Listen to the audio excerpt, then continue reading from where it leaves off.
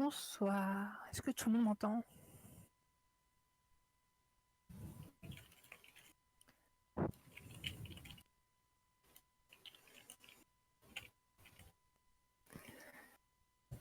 Donc, ce soir, encore une fois, on va faire 4 petits exercices sur le Foseki.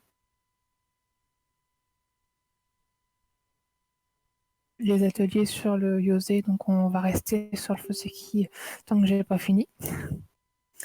Je vais vous proposer du coup le premier exercice. C'est à Noir de jouer.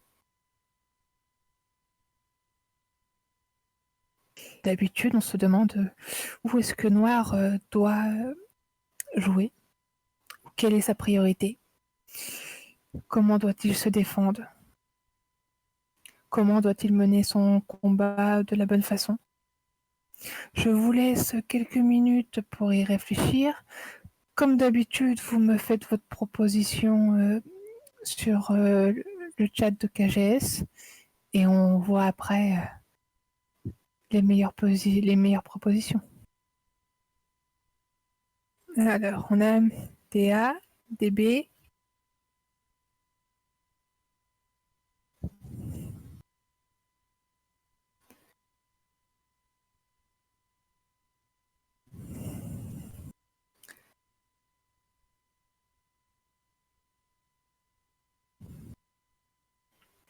Ah, on change B en C. On va voir ces trois-là, du coup, ABC. D'autres propositions? Ou on reste surtout sur ces trois-là?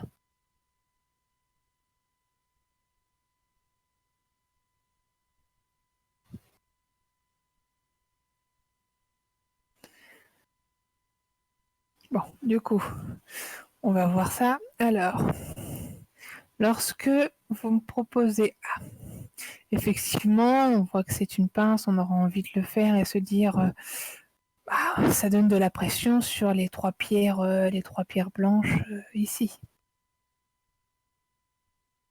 Sur ça, je suis d'accord, effectivement. Noir vise par la suite d'avoir R11 pour mettre de la pression et attaquer. Le problème, c'est que si blanc sort, les pierres qui se retrouvent attaquées ne sont pas pierres noires et pas les trois pierres blanches qu'on avait vues au début. Donc malheureusement, c'est pas forcément mieux. Si on continue, on sort, et là on voit bien que la pierre de pince n'a pas aidé, vu qu'elle se fait elle-même attaquer en fait. Sans oublier que la baguette noire qui sortait n'est toujours pas solide et n'a pas vraiment une énorme attaque. Ah, ils sont peut-être petites, ça je te l'accorde, mais il n'empêche que tu vas faire quoi? Tu vas sacrifier, on va resacrifier, tu vas vouloir faire des points, le coin est toujours possible. Tu donnes beaucoup de points à blanc, alors que le seul groupe vraiment faible était justement ces deux petites pierres noires que tu trouves petites et pas intéressantes à ce moment-là de la partie. C'est un choix après, c'est sûr, mais si tu donnes 50 points à blanc dès le début sans groupe faible, ça peut être dur après pour toi pour remonter. Donc, vous m'avez proposé également B. Si on joue B, malheureusement, on va voir tout de suite que blanc s'étend. Noir va pas pouvoir vraiment attaquer le bas, par exemple si je laissais une pince comme ça. Blanc se stabilise simplement en jouant quelque chose comme ça. Du coup, Noir se retrouve en gros avec deux groupes faibles. Les trois pierres ici, et la pierre toute seule qui est de l'autre côté, qui lui servait de pince. Donc en fait, Noir doit faire autre chose. Il doit sortir ces deux pierres. Parce que c'est des pierres de coupe, on abandonne rarement des pierres de coupe. On sort ces deux pierres-là. Blanc, justement, a peur de cette attaque en R11, donc il va s'étendre. Parce que l'attaque en R11, si on l'avait ici, par exemple, faisons ce coup-ci.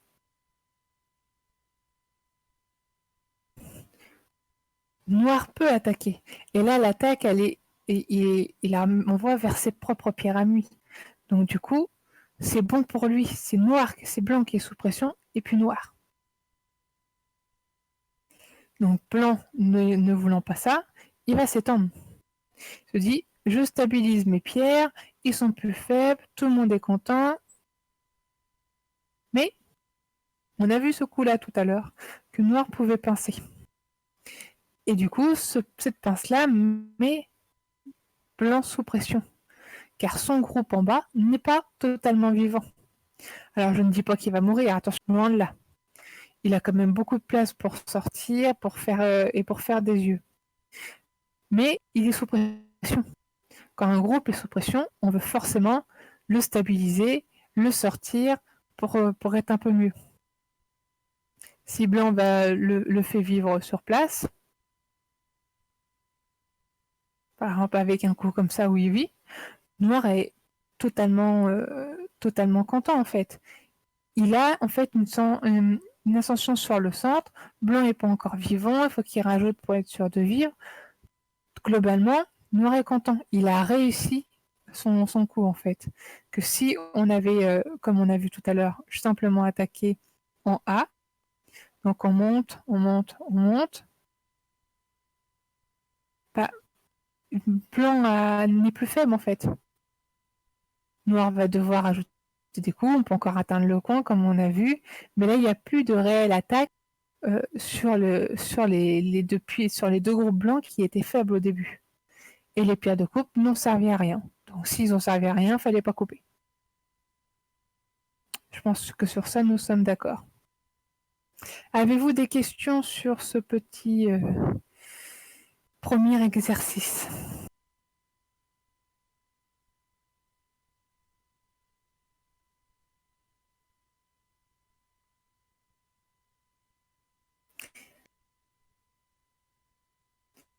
Pas de réponse, je vous ai tous perdus?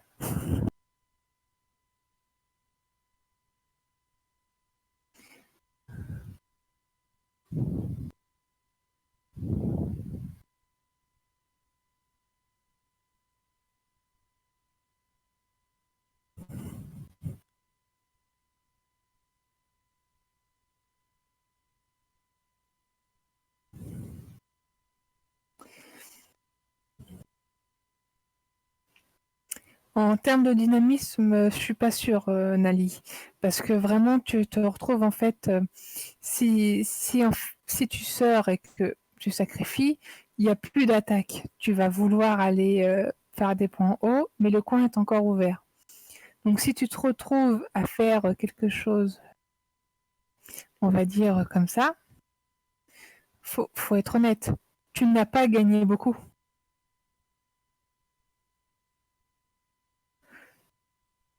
Oui, mais justement, si tu sacrifies pas les deux pierres. Donc, on revient à ce que je disais tout à l'heure. Alors ici, tu vas sortir. On sort. On sort encore. On peut continuer, on sort encore. Hop. Là, on peut essayer de se renforcer et sort. Tu as une baguette en fait. Une baguette qui n'est pas vivante. Donc tu vas vouloir faire quelque chose. Mais blanc vit aussi. Il a assez d'espace. C'est toi qui es sous pression, c'est pas l'inverse. Donc même si on va dire blanc laisse vivre, on est d'accord, allez hop, on est content, noir est vivant, blanc va attaquer la pierre de pince. Blanc a contrôlé le centre, il attaque la pierre de pince. Du coup, tu vas devoir ajouter des coups. Si tu veux sécuriser le coin, faut pas oublier qu'il y a encore une arnaque avec ça. Ça devient très compliqué. Donc en fait, blanc a sécurisé ces deux groupes qui étaient faibles. Toi, tu as sorti un groupe qui était tes pierres de coupe, qui était très important, ça je ne dis pas. Mais du coup, dans ton attaque, tu as sacrifié une pierre qui a renforcé l'autre. Et globalement, tu n'as pas fait plus de points que ça.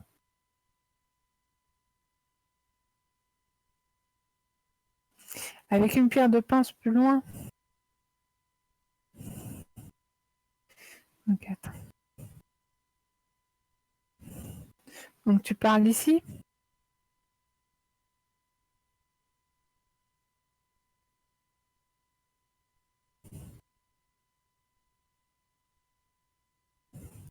Je pense qu'on peut même choisir cette possibilité-là.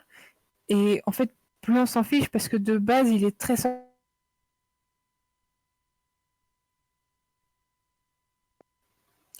blanc est très sorti. Et en fait, il contrôle tout. Et tu as toujours ta baguette au milieu du goban qui fait pas grand-chose en fait. Elle n'attaque ni l'un côté ni l'autre.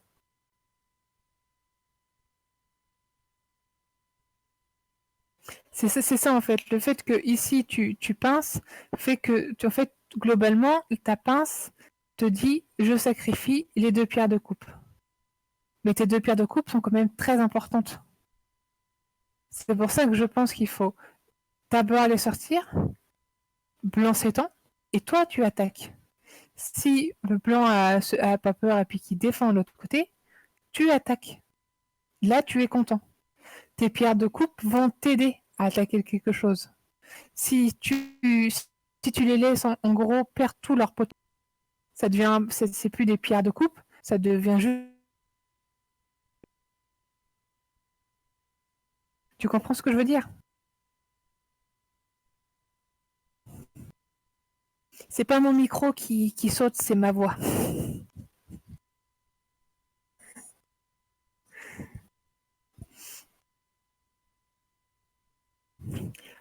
On va passer au deuxième problème du coup. Alors, dans celui-ci, c'est à blanc de jouer. Donc pareil, vous avez 4 possibilités. À vous de choisir qu'est-ce que blanc doit faire en priorité. Envahir, protéger, faire des points. À vous de choisir. Je précise que le dernier coup noir, peut-être que ça peut vous aider, le dernier coup noir était celui-ci. Alors, on va voir un petit peu. Donc j'ai eu une majorité de A et une majorité de B. On va voir les deux. Donc, c'est à blanc de jouer. Si blanc joue A, qui est effectivement très très gros, on est d'accord que noir va attaquer en approchant le Hoshi. Blanc défend, noir fait des points.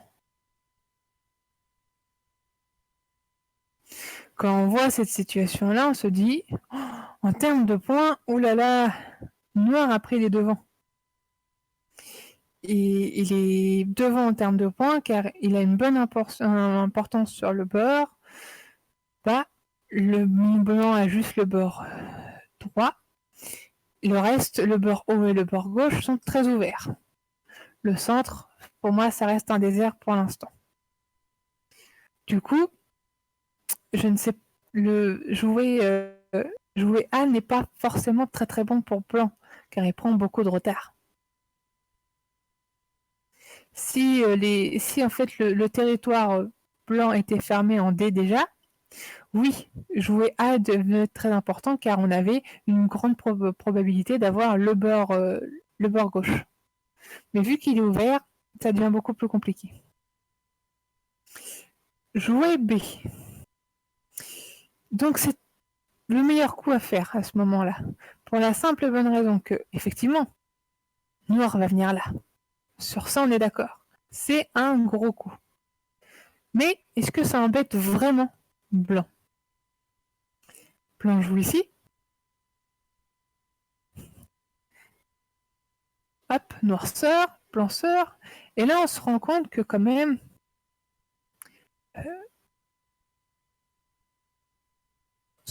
le dernier coup noir n'est pas la connexion avec l'invasion A qu'on aura pu jouer. Donc du coup, ce n'est pas très bon. Il ne fera pas beaucoup de points en bas, étant donné que blanc a joué G4. il a un gros faible, du coup, les deux pierres. Donc on va devoir continuer à faire, il va devoir continuer à les sortir. Continuer à les sortir fait que blanc va les chasser. S'il chasse, même si à la fin il vit tout petit, blanc aura construit quelque chose à côté. Et noir aura perdu un temps.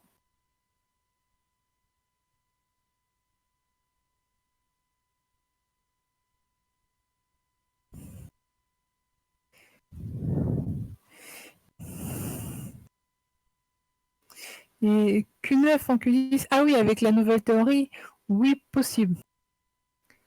Possible que si on venait taper ici, ça pourrait être un peu plus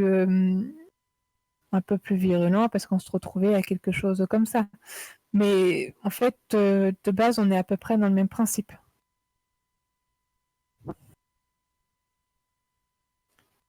Tu es venu, effectivement, tu as cassé les points sur le bord, je suis d'accord, mais tu as encore un gros faible. Oui, c'est vraiment un désert. C'est vraiment un désert. Blanc est quand même assez, il vivra quand même un petit peu sur le bord droit, et le bord en bas n'est plus à noir.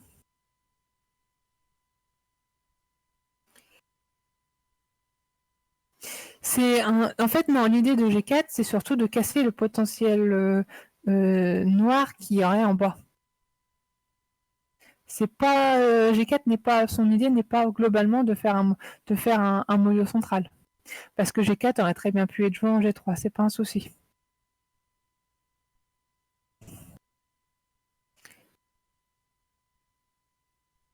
G4 est juste un peu plus dans le combat, c'est tout.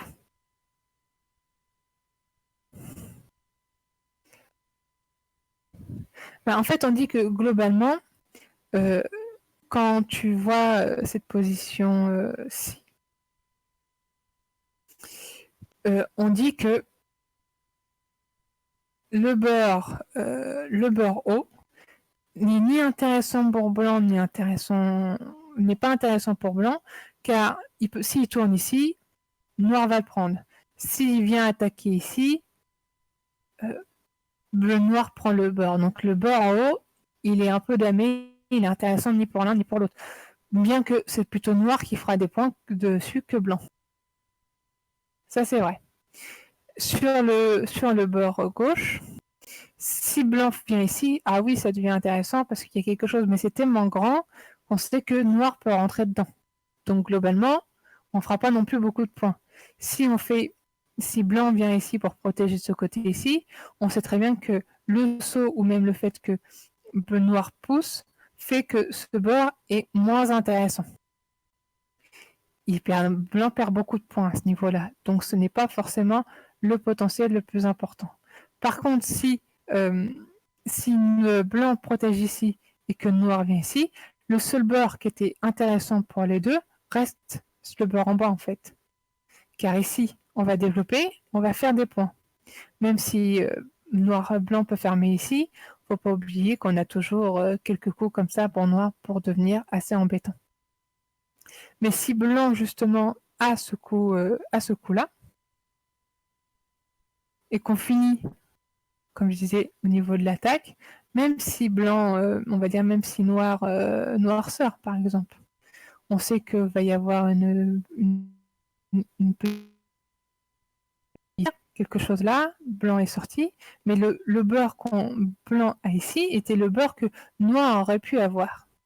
Donc c'était le seul beurre qui était intéressant à la fois pour l'un et pour l'autre, pour se développer. C'est pour ça que blanc le vise assez tôt en fait, car l'entrée dans son potentiel à lui, effectivement, c'était son potentiel, il aurait pu sécuriser ses points, mais si noir fait les points, à ce niveau-là, qu'est-ce qui lui reste? Parce que malheureusement, tourner ici fait que blanc-noir va prendre les points là, donc toujours en avance au niveau des points. S'il fait ici, on sait très bien que le saut là fait que la pierre blanche sera assez en danger, et rien ne veut dire que les deux pierres noires vont mourir, car on peut les sortir au niveau du centre et c'est très bon. le coin reste gros, oui, effectivement, blanc aura peut-être le coin, mais ça ne veut pas dire qu'il fera des points. On va dire, si on est dans une situation, je fais vraiment grosso modo, hein, où noir arrive à faire ça, il a à la fois le haut, le bas. Effectivement, blanc a eu quelque chose, mais c'est très petit. Donc en termes de potentiel, je pense que ce n'est le O3 fait du potentiel avec noir, parce qu'il dit que c'est un beurre qui pourrait lui plaire. C'est bas, effectivement, c'est un beurre en troisième ligne. C'est pour ça qu'il a donné un petit peu d'auteur avec J4 et N6, mais ça reste son côté en fait privilégié parce qu'en fait tous les autres, il peut les avoir, vu que tout est ouvert. C'est pour ça que je pense que dans cette situation-là, en fait, blanc doit se dire je joue le beurre que noir veut, je lui laisse la possibilité d'entrer, j'attaque, donc je lui fais un groupe faible, il va sortir son groupe faible, je vais pouvoir faire quelque chose avec, en fait, pour pouvoir construire quelque chose. C'est une stratégie de combat, je pense, à ce niveau-là. Avez-vous des questions?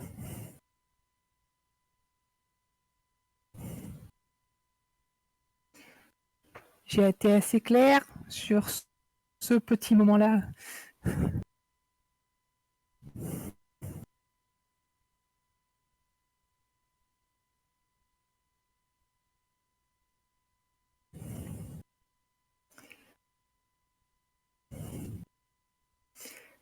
Alors, si c'est clair, on va passer au troisième petit exercice qu'on a.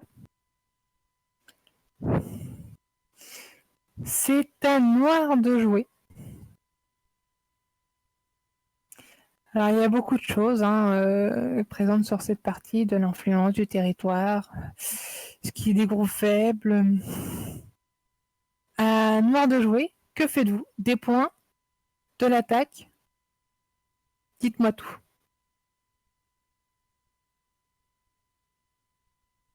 Alors, j'ai quand même eu une majorité de A et de B.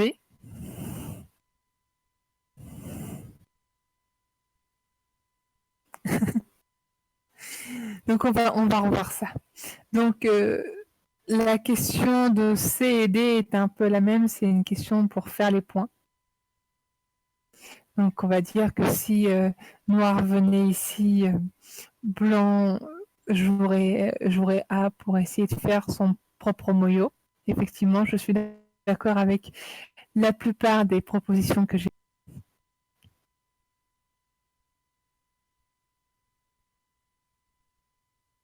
De B est un peu la même en fait. Si noir joue B, en fait c'est un peu lent.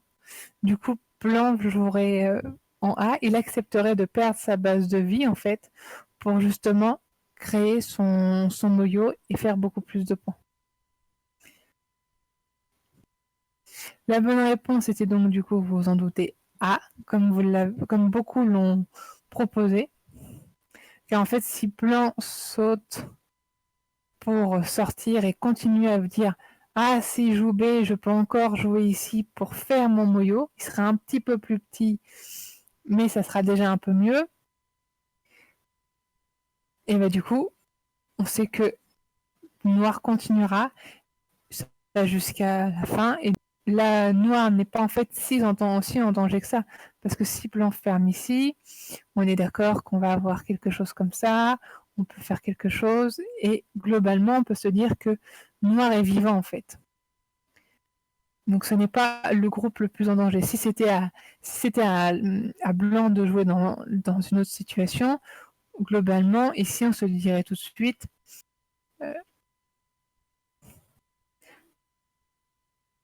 il met un peu de pression, il oblige l'autre à vivre, comme ça on est content, et on voit un peu mieux le monde. Oui, mais c'est parce que tu envahis toujours comme un sauvage et que ça te réussit bien. Mais c'est pas forcément le mieux à ce moment-là. Mais globalement, oui, ici, nous avons la meilleure réponse restait noir joue A pour ce potentiel, blanc sort pour stabiliser parce qu'effectivement son groupe a quand même et aussi besoin de fermer son noyau en jouant G12, noir continue et ainsi de suite. S'il protège ensuite en L18, noir vit, blanc vit aussi, mais du coup, le noyau de blanc est complètement sacrifié. Avez-vous des questions sur cet exercice?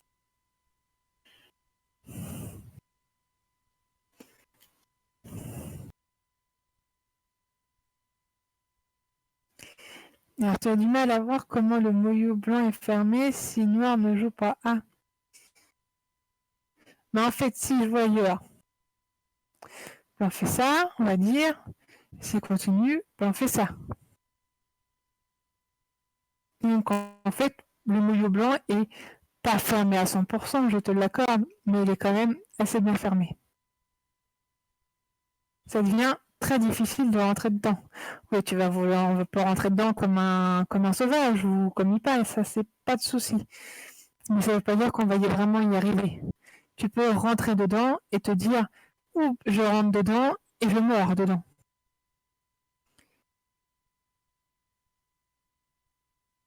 Disons que si tu fais un tandem, moi je vise à l'extérieur, car en fait, au niveau de la ligne de noyau, je pense que tu es un peu trop profond.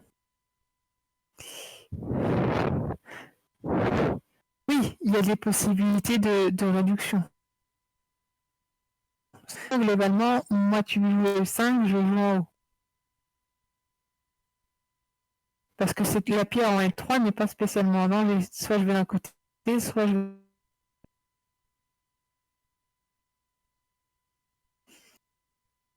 Donc c'est pas une fermeture à 100%, je l'accorde, mais ça donne aussi plutôt cette importance-là.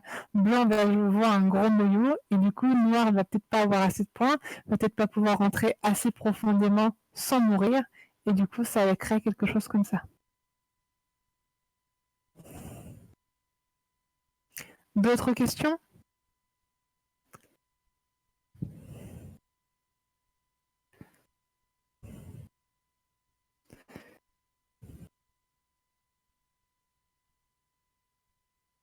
Pour le deuxième, celui qu'on a fait juste avant, donc celui-ci. Donc, est-ce qu'après F3, la réponse blanc était plutôt B, donc plutôt G4.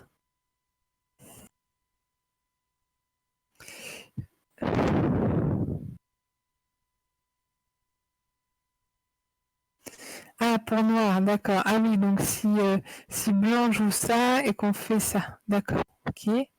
Donc D6, E5,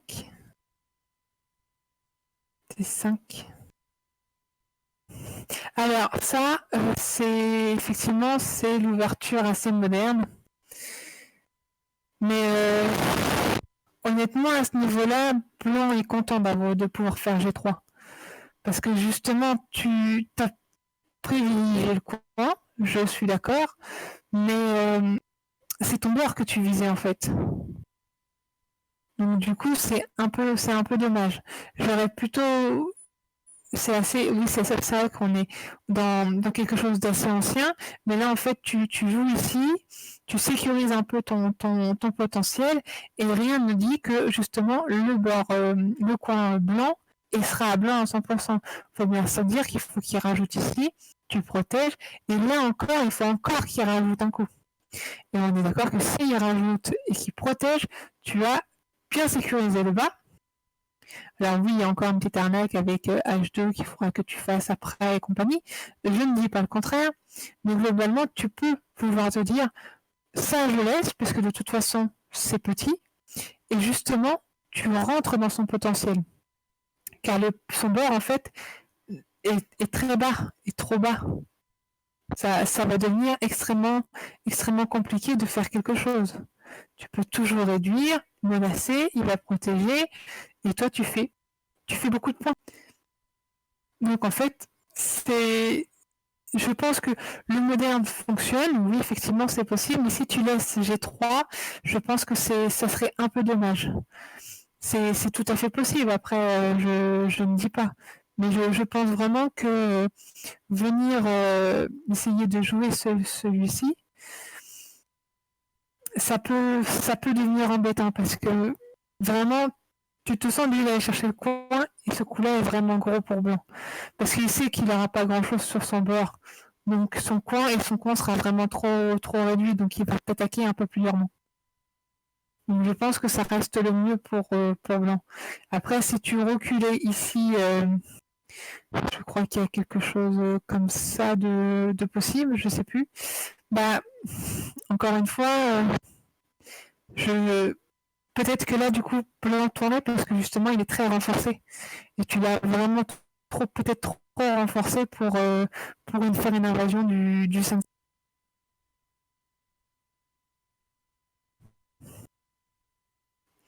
Donc voilà. Bon, après c'est revenu sur le petit exercice 2. Nous passons au quatrième et dernier exercice pour ce soir. C'est à blanc de jouer. Vous avez encore une fois 4 petites propositions. Donc dites-moi, qu'est-ce que vous préférez pour blanc? Qu'est-ce qui est le plus urgent? Est-ce qu'il doit jouer ailleurs?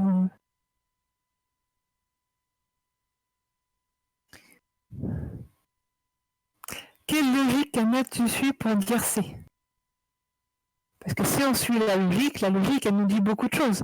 La logique, oui, mais non. La logique de l'exercice 3, c'était j'ai un groupe blanc qui est quand même assez faible, il faut que si j'arrive à fermer mon noyau, il se renforce et c'est bon pour moi.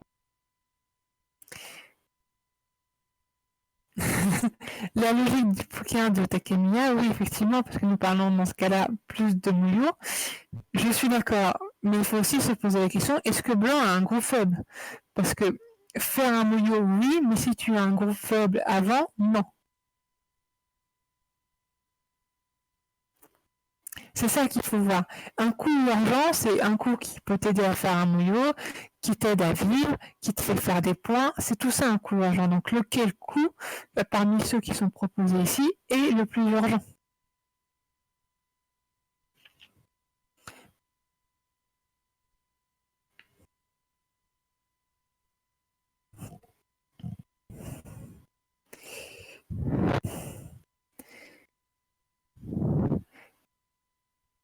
Rien 18 est incroyable à mon niveau. Ah, Rami, c'est à blanc de jouer. À ton niveau peut-être, à d'autres niveaux peut-être pas.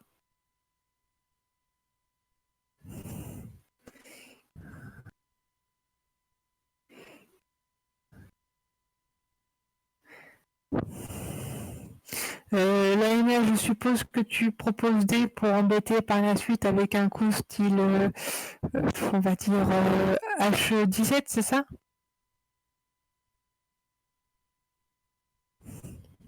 C'est ce que je pensais. Seulement parce que tu trouves la solution pour noir de faire de protéger en solide en fait. On va faire ça après. Donc on a du D, du A, du B pour attaquer. D'accord.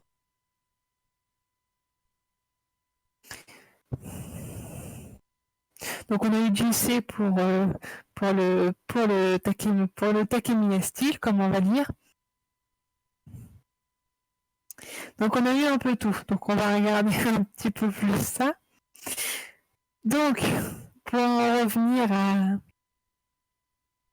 à ce qu'on était en train de parler un peu là, si tu fermes ici, et qu'on va dire, je sais pas, en n'importe quel coup, on va dire noir joue en bas, tu imagines du coup pour embêter par la suite un coup comme ça. Mais est-ce que ça embête vraiment? Parce qu'il faut pas oublier que noir peut jouer sur un coup comme ça. Il va pas forcément jouer en solide. Pareil que s'il avait joué par exemple ce coup en coup un coup ici. Quand tu joues ici, est-ce que ça embête vraiment bon noir? Je ne suis pas sûre que du coup ton mode H17 va embêter fonctionne à 100%. Peut-être que pour embêter, il faudrait plus jouer ici. Possible. Mais du coup, c'est moins important que une glissade ou un saut. Car simplement venir au contact ici peut être très embêtant en termes de use, par exemple. Ça sécurise les points, je suis d'accord. Mais c'est pas le mieux à ce niveau-là de la partie, il me semble. Donc pareil, c'est bon si tu n'as pas de groupe faible. Si tu as un groupe faible, comme c'est le cas en fait ici, ça devient beaucoup plus embêtant. Comme dans ce cas-là, B et D est très bon parce que justement, ça met des points. Et les points, c'est bon. En ce qui concerne B, effectivement, il y a quelque chose, on pourrait vouloir simplement sécuriser, se dire ok, je prends. C'est un gros coin blanc. Mais effectivement, encore une fois, Noir Noir aura la main et c'est Noir qui attaque. Donc est-ce que ton gain là sera plus important que le fait que tu aies ton groupe en danger? Parce que là, on est d'accord qu'en fait, le coup qu'il faut jouer, et oui, effectivement, c'est A. Parce que justement, on est en danger. Si Noir joue ici,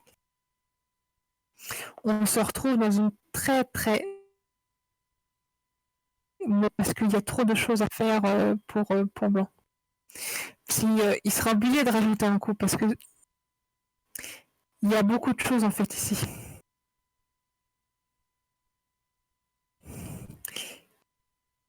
Bah, il n'y a pas de souci. Oui, non, il y a quand même un souci.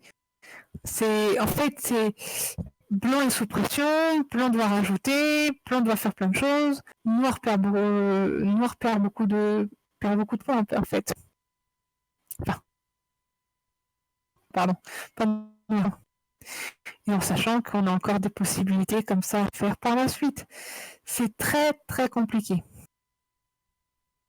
Même si blanc vit dans le coin, qu'il est forcé à vivre dans le coin, ça devient quand même quelque chose d'assez problématique.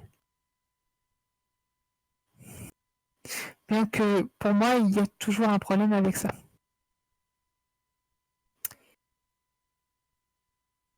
Il peut y avoir beaucoup de problèmes.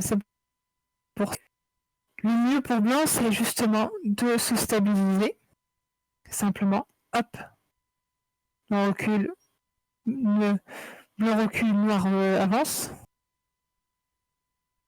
Ah, c'est un Joseki, malheureusement. C'est juste qu'il faut savoir qu'il est un peu plus faible et s'il y a trop de pierres, il faut rajouter quelque chose. Donc ici, si blanc stabilise ses pierres, donc il n'a plus de groupe faible. Noir a dû rajouter un coup au 18 parce que malheureusement, si blanc joue le 18, c'est une catastrophe pour lui. Donc à ce niveau-là, blanc a du coup ces possibilités qu'on a vues tout à l'heure. Donc le coup de réduction en A au niveau de l'invasion ici pour faire des points en bas. Le petit coup qu'on a vu tout à l'heure en C que là j'ai appelé B pour faire un noyau. Et le coup en C tout à l'heure qui était D pour fermer les points du centre du coin. J'aurais tendance, moi personnellement, à vous commencer par jouer ici pour que Noir se stabilise et justement après continuer à vouloir construire un noyau ou même là on va ailleurs, on joue ici pour justement toujours faire des points. Ça serait mon idée à moi par la suite. Mais de base, il faut penser à se stabiliser. On se stabilise. Noir se stabilise aussi. Et là, du coup, vu qu'on a la main, on peut choisir qu'est-ce qu'on fait.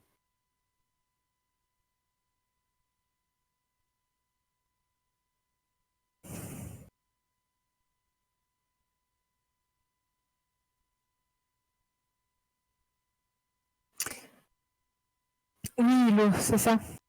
C'est après que, une fois que tu as stabilisé le haut, tu peux décider de jouer à ce niveau-là. L'influence de blanc, c'est celle qui peut se développer du bord gauche. Parce que c'est le seul endroit où il est assez en hauteur pour pouvoir le faire. Comme l'influence c'est de noir et celle du bas, parce que c'est le seul coup, c'est le seul qui est assez en hauteur sans s'envelopper.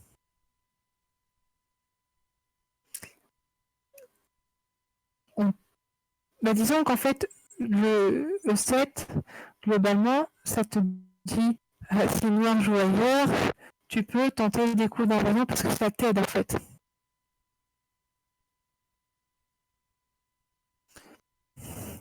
Ça va t'aider. Et du coup, ce sera beaucoup plus dur pour noir de faire quelque chose. Après, si on veut dire qu'il n'y avait pas, il ne faisait pas, quand on est dans cette, on voit bien que globalement, en termes dans ton influence, ceci commence à créer une influence qui monte vers le centre. Attention, ce n'est pas les meilleurs coups possibles à jouer, etc. Mais ça reste la possibilité, c'est ce qu'on envisage globalement. On se dit, si Noir avait un coup, avait à la fois, on va dire, ce coup-ci, puis Noir, je veux dire, et ce coup-là, il n'y a plus d'influence en fait. Là, on se dit, E7 ne fonctionne absolument pas. Oui, mais c'est ça le principe, c'est que tu joues un coup. S'il est SNT et que Noir a peur d'une invasion ou autre, du coup il protège et toi tu peux construire ton influence. S'il ne l'est pas, c'est que ton coup n'était pas bon et dans ce cas-là, c'était pas le meilleur coup à faire. C'est le principe même, Nali. Mais effectivement, c'est que tu joues ici ou ici, ça n'a pas la même importance en fait. Ici, tu ne vises rien.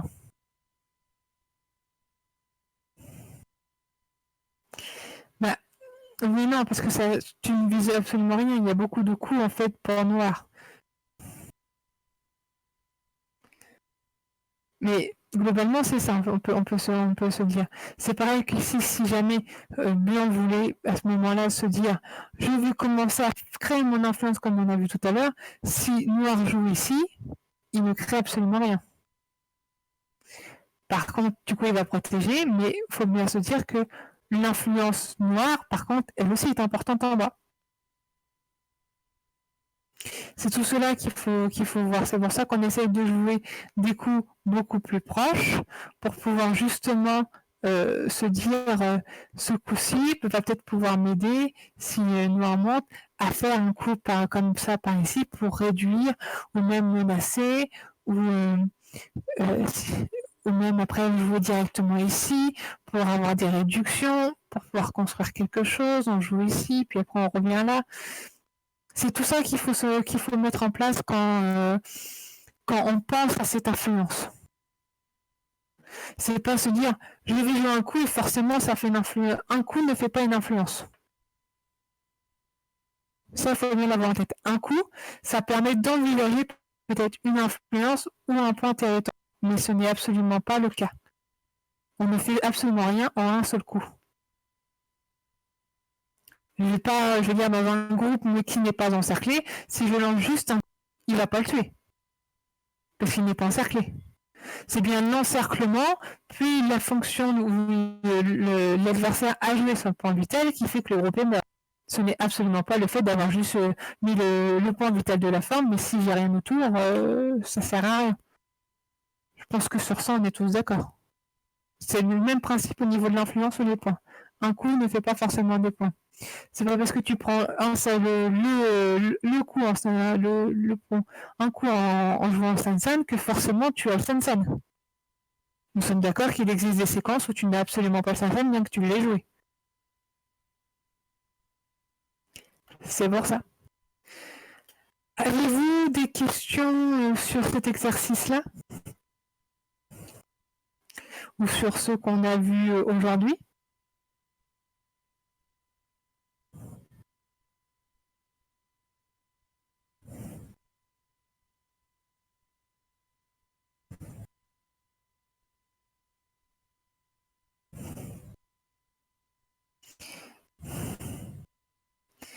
la séquence qui mène à la position en haut à gauche.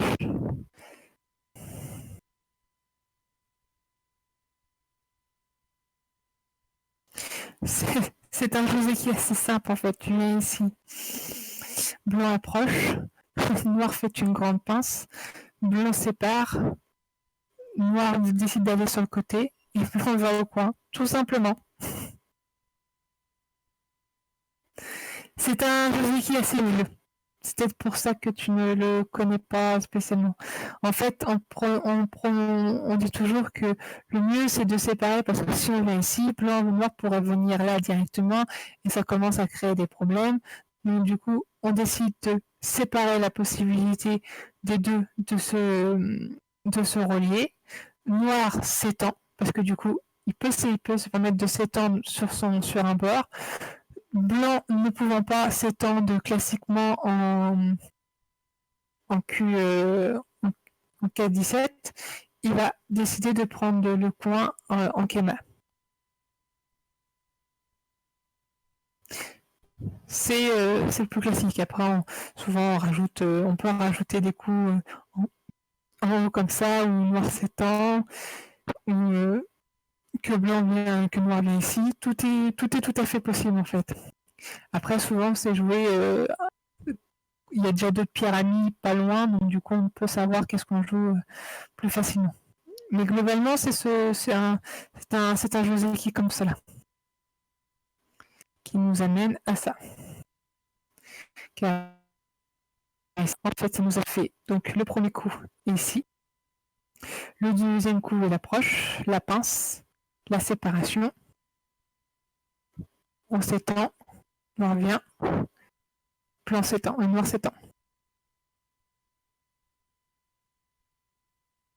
Il a suffi que plus avant, on a déjà eu, par exemple, cet échange-là. Je vais enlever les points, ça sera plus simple. Hop. Ah. Hop, on a déjà eu cet échange-là juste avant. La pince en 3 est du coup beaucoup plus logique. De rien et pas, bonne soirée.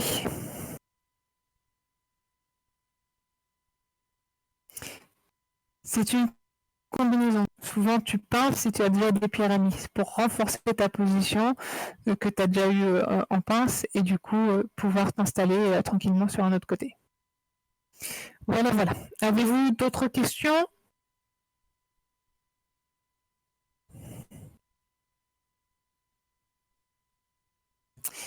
Eh bien, si peu de questions, je vous remercie tous d'être venus. Ça, c'était les 4 petits exercices de ce soir. Je pense qu'on en fera d'autres la prochaine fois. Je ne sais pas encore quand. Et je vous souhaite une bonne soirée. Merci encore.